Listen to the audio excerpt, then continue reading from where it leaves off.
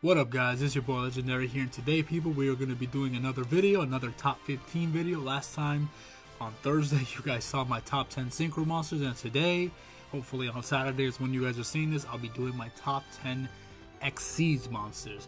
So when it comes to Xyz monsters are definitely more of my favorites next to fusions, so I definitely have more options to pick for Xyz monsters that I really like more so than synchros. So synchros was a hard list, but this was also a hard list, but mainly because there are a lot of Xyz monsters that I do like, so that's why it was hard, because I had lots of options to choose from. But anyway guys, let's just hop right into it.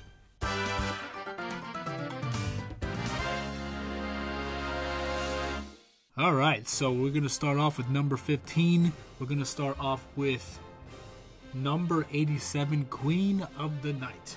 I can't really say why I like this card. It's really just for design. I really just like the design of this card. It reminds me of the level 8 plant monsters. Obviously you need 3 level 8s to summon this. The only reason why this is so low, it would have probably been higher, but its effect is really just not that good. It's just, you know, you need 3 level 8 monsters to summon it, and its effect is just not that great. You know, you detach one to pop a spell trap card, or you target a plant monster to change it to face down defense, or target a monster on the field and it gains 300. Why just 300? That's just so weird. It's a quick effect, which is all great, but I don't know, it's just a very lackluster card. It's too much effort to put in to summon this card, and it doesn't even do anything. It would be higher if its effect was better, but I really do like the artwork of this card. It's one of my favorite artworks for Xyz monsters.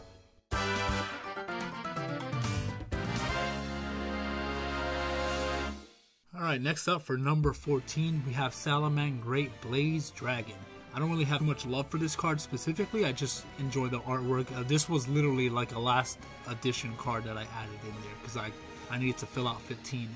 But I like this card too. It does look cool. I like Blaze Dragon, I like Soul Burner, I like Salamang Greats, and this has a good effect, has some inherent protections, you know, does the whole reincarnation thing, and it's a good card. I really do like it. It has a good artwork. It looked really cool when it was summoned in the show.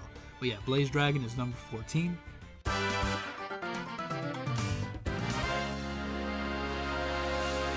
Alright, so for number 13, we have Ice Princess Xena. So I really like this card too. It's very good. You guys know I like ice cards, ice related cards, so an Ice Princess is gonna be good for me. I like this card. It's 2500 attack, good ace monster stats, you already know.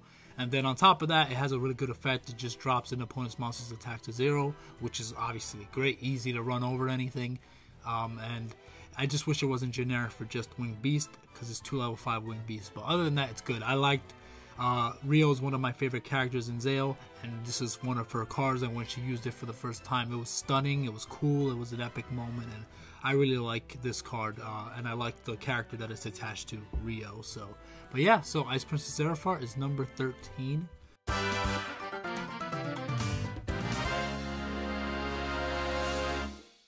Alright, so for number 12, we have Starliege Paladynamo. So I like all the Starliege Xyz monsters. I think they all look great. I picked this one just because, I don't know, I really just like the artwork. I like the pose. I like the armor and everything that it's wearing. Its effect is really good. Negates something, drops its attack to 0. And if it's destroyed, you get to draw a card, which is, it's just a bunch of pluses there. So it's a really good rank 4 for light decks. And I just really like the artwork, really. He just looks really cool. Really, really cool.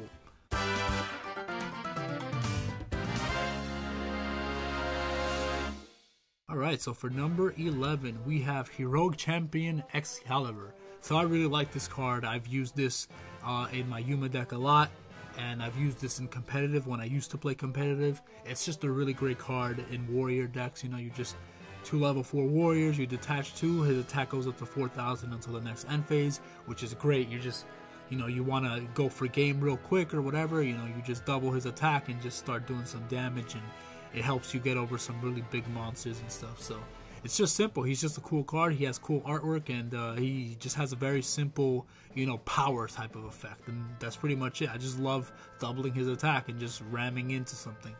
But yeah, alright, that's number 11.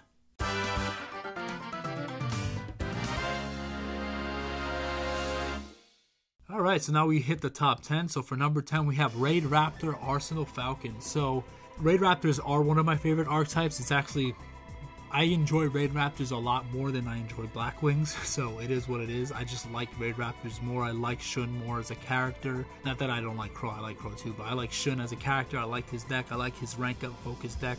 And his Raid Raptors are like that. I love rank up magics. Rank up is one of my favorite concepts in Yu-Gi-Oh! And this deck does nothing but rank up all the time.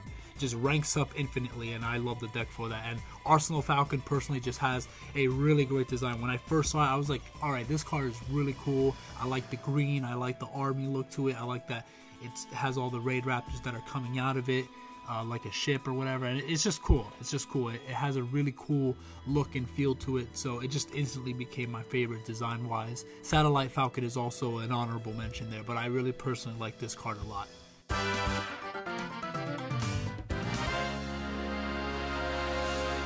Alright, for number 9, we have Galaxy Eye Cipher Dragon. So Galaxy Eye Cipher Dragon is really cool because when I first saw this being used in Arc 5, and Kaito made an appearance in Arc 5, this is a different version of Kaito. His ace monster is finally an Xyz monster, a rank 8 like it always should have been. I get that in the anime, the purpose of Galaxy Eye's Photon Dragon was to counter Xyz. That's why it wasn't an Xyz itself. But still, even so, I felt like he should have had a rank 8 Xyz. His ace should have been a rank 8.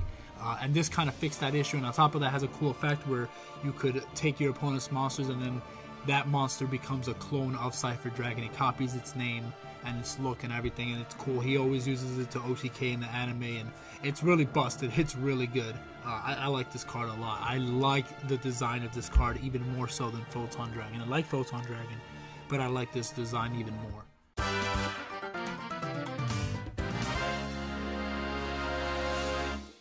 Alright, so for number 8 we have DDD Don King Kaliyuga.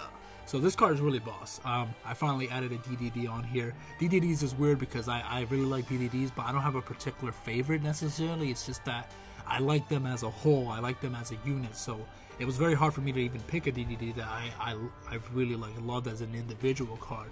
But I guess Kaliyuga would fit the bill because I like this card. I liked when he used it in the show for the first time against Yuya. His effect is amazing. He comes out on the field and he kind of just negates everything and stops everything from happening like a true king on his throne. He just stops everything. And then on top of that, he pops back row, brings back contracts. So he just has a really great effect, really great stats. 2-level ADDDs is really easy to do, and he's just very powerful. He's a very powerful Xyz. I love summoning him. I like saying his name, and I loved it when Reiji used it in the show. He was really busted.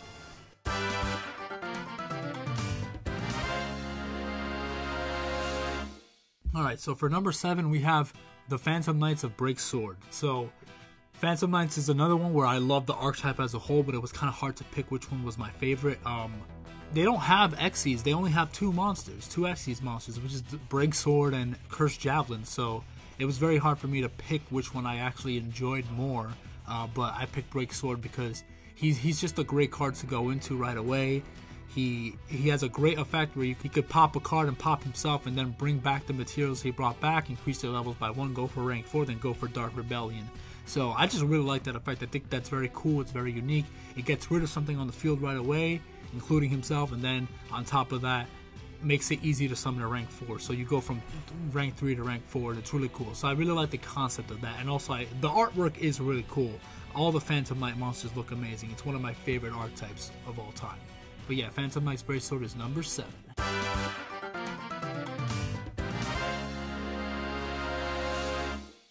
Alright, so for number 6, we have Dark Rebellion Xyz Dragon and Dark Requiem Xyz Dragon. So obviously these cards are going to make it on the list. I mean, it's my boy Yuto, right? It's his ace.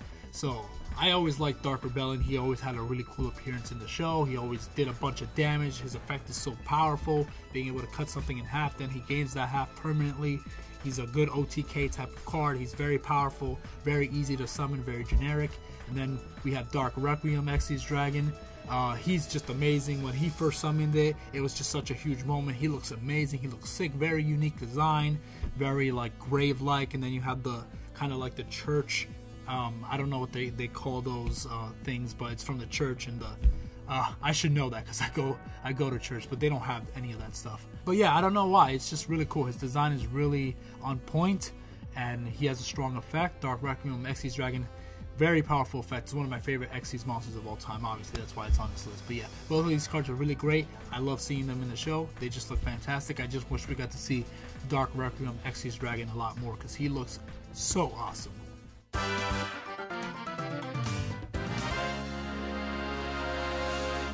So for number 5, this is the top 5 list now, we have Gaga Magician. So this is a relatively new card. The reason I like this card is because we finally got a new support for Yuma, for Gaga Monsters, but more specifically is because this is support for Utopic Future, or as I like to call him, Future Hope, which is his original name. So the fact that this card makes it easier to go into that card is why I love this card so much, because Future Hope is one of my favorite Xyz monsters of all time.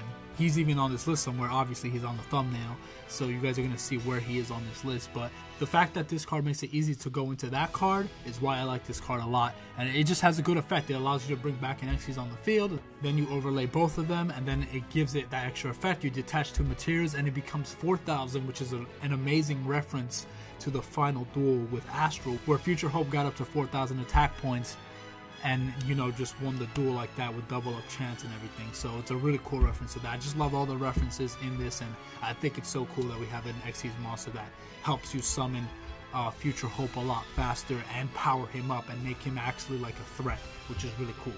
I really like that a lot. But yeah, Gaga Magician is number 5.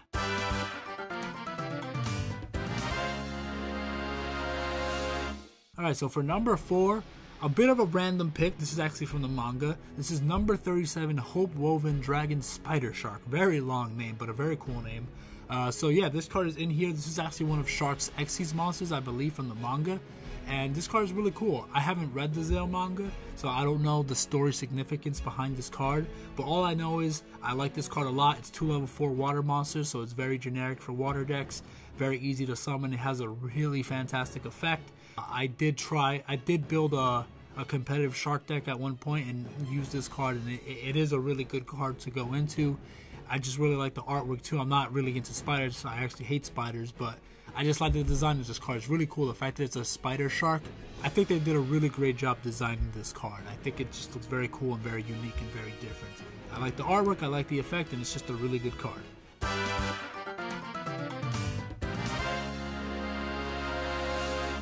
Alright, so now we're in the top 3. So for number 3, we have number 101 Silent Honor Arc and Chaos number 101 Silent Honor Dark Knight. Both of these cards here are number 3 because you guys already know I love Shark. I love Nash as a character. He's an amazing character. He's great. He's fantastic. And I really liked that when he became a Barian and just everything he went through was so sad. And this monster represents his life as a Barian, and it just brings back a lot of emotional memories for me. This card is really strong. Both of them are strong. They both steal an opponent's monster and then attach it to themselves, which is great. Silent Honor Arc has protection. It could detach to protect itself, which is cool. And then on top of that, the rank up can steal an opponent's monster, and then if it gets destroyed, you could bring it back and then gain life points equal to its attack, so it keeps coming back after it dies and then steals something again. It's just so cool. I love using these cards. They're so much fun. Obviously, Silent Honor Arc was a very competitive card at one point. It might still be, I'm not sure, but these are just great cards. They bring up such good memories of Zale, such emotional memories, and that's why I really love these two cards.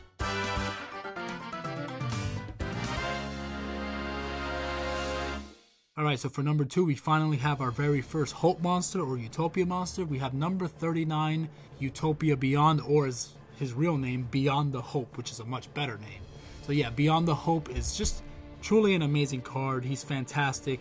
Just when he first used it against Nash in the final duel with them, it was just amazing. It was such a great moment when he used Astral Force and all that. He has a great effect, dropping every monster to 0 attack points, and then during either player's turn, he can tribute himself to summon another Utopia monster, bring it back, and then gain life points. He has a great effect in the anime as well.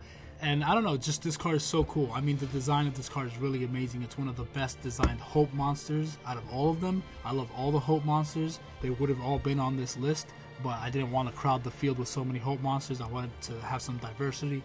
But obviously in the top 2 slot, I have to add one of the Hope monsters. I mean, how can I not? But yeah, Beyond the Hope, amazing design, amazing effect, amazing symbolism in the show, and he's just an amazing card. I really love this card a lot. It's really great. One of my favorites of all time.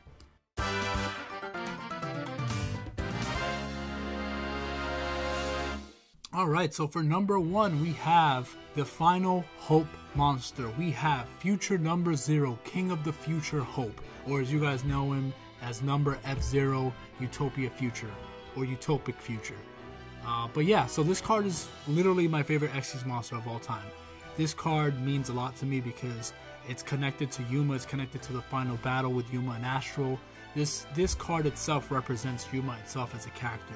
Yuma was fighting against Astral. Astral had all the Hope monsters because that's technically his ace. So Yuma was using his own cards, his Gaga cards and all that stuff. And in this duel, he managed to break all the rules and summon his own number monster, his own Hope monster. A future number monster, which is really cool. His own Hope monster. It's a rank 0 monster. It's the very first ever rank 0 monster, so he already broke the rules with that. And then on top of that, in order to summon this, you need 2 non-number Xyz monsters with the same rank. So in order to actually summon, you need 2 monsters with the same level. But he said no, screw that. He used 2 Xyz monsters, which is breaking the rules, and he overlaid with both of them, which was like, it was just crazy. It's just, he broke all the rules with that. Anytime the main character breaks the rules and does his own thing, just like Jack and Kaiba in the last video with Axial Synchro and double tuning, it's just always an epic moment. He has an amazing effect. He attacks, you take no damage. If he would be destroyed, you could detach one. He steals an opponent's monster and then you can use it against them. It's really cool. It works great in combination with the new Gaga Magician. It gives him 4,000 attack. It looks great. I just love this card, the symbolism in the show with this card. This is Yuma's actual ace monster. This is the monster that represents him the most as a character. Even the design and the colors match Yuma itself. So I just love that he has his own unique ace monster that represents him. And yeah, so I just can't help but put this as number 1.